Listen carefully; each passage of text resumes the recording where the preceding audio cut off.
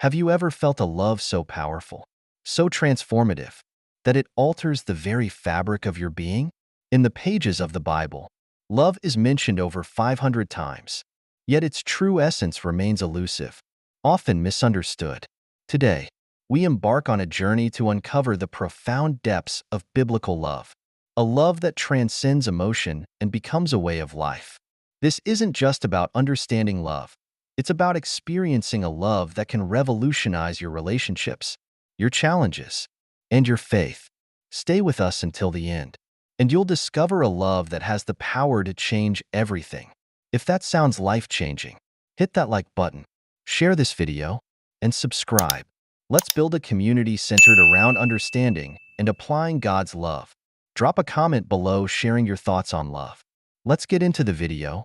Imagine King David, hiding in caves, his life hanging by a thread, yet penning psalms of profound love for God. His words, "Your steadfast love is better than life," Psalm 63 verse 3, weren't born of comfort but of devotion in the face of fear. This wasn't a love dependent on circumstance, but on an unwavering trust in the divine. Similarly, the Apostle Paul, amidst the trials of building churches in a hostile world, wrote the iconic love chapter, 1 Corinthians 13. His definition of love, patient, kind, not envious, was forged in the crucible of persecution and personal pain.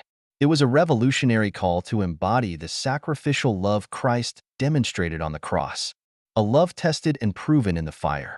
Consider the wisdom of Solomon, a text from a time of cultural upheaval, which describes God's love as a force guiding humanity towards righteousness. "For you love all things that exist and detest none of the things you have made." Wisdom 11:24. These words reveal a God whose love extends universally, embracing even the flawed. Each biblical author, from David in worship to Paul in service, and the sages in their quest for spiritual clarity, shows us that love isn't static. It grows, deepens, and transforms.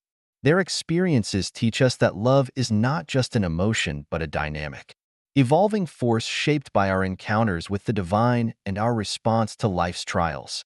In a bustling marketplace in ancient Jerusalem, amidst the cacophony of merchants and the cries of children, Jesus stood, a beacon of calm, challenged by religious leaders.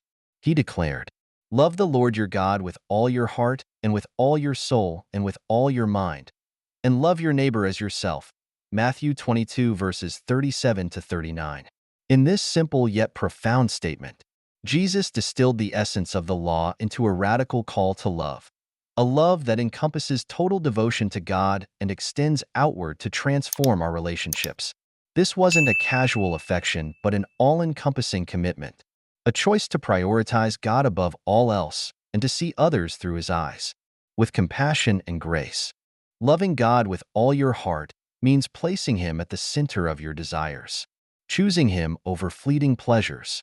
Imagine starting your day not with your phone, but with a prayer of surrender. It's the parent dedicating their daily chaos to God, seeking wisdom to lead their family. Loving God with all your soul is anchoring your identity in Him, finding your worth in being His, even when the storms of life rage. And loving God with all your mind requires aligning your thoughts with His truth, meditating on Scripture, filtering every ambition through His will.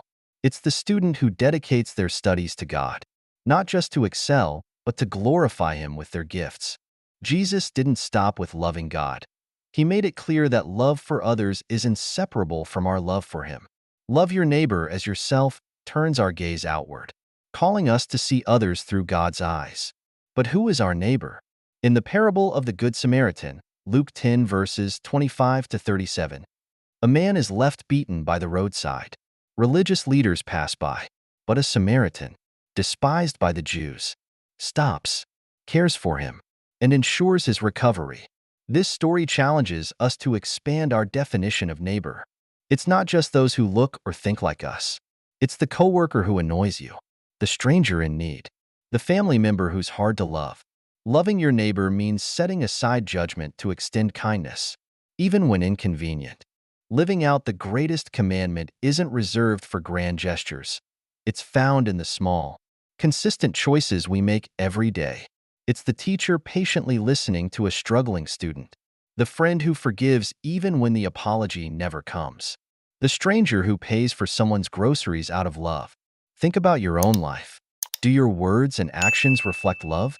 When someone cuts you off in traffic, do you respond with grace or frustration? When a friend is in need, do you offer help or find an excuse? Loving your neighbor means stepping outside of yourself, choosing empathy over indifference, and serving others as an expression of God's love. Jesus didn't separate these commandments.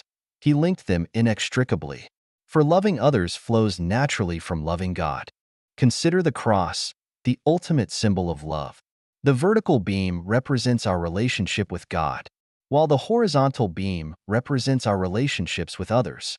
Both are necessary to complete the picture. Living out these commandments isn't always easy. Loving God requires letting go of idols that compete for your devotion. Loving your neighbor means forgiving offenses, choosing patience, and extending kindness to those who don't deserve it. But as difficult as it can be, this kind of love transforms us. Paul writes, "And now these three remain: faith, hope, and love. But the greatest of these is love." 1 Corinthians 13 verse 13. Love isn't just a feeling. It's a decision, an action, a way of life that reflects the heart of God. As you navigate your day, ask yourself, how am I living out the greatest commandment? Are you prioritizing time with God, seeking His presence in prayer and Scripture? Are you looking for opportunities to serve, encourage, and uplift those around you? Picture a dusty road stretching between Jerusalem and Jericho.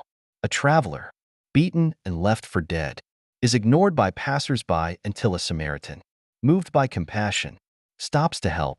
This act of love wasn't convenient. It was costly and sacrificial.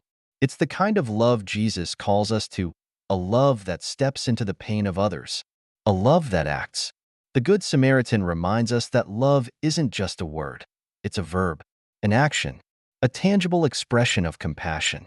We've journeyed through the depths of biblical love, from the devotion of David to the radical teachings of Jesus, from the early church's unity to the transformative message of Paul. This isn't just knowledge to be gained, but a life to be lived. Imagine a world where every interaction is marked by this kind of love: families healed, communities united, and hearts transformed. That's the power of God's love in action. If this message has touched your heart, don't let it stop here. Hit the like button, share this video with someone who needs to hear it, and subscribe to our channel for more. Let's spread this message far and wide. And tell us in the comments, how will you apply this love today?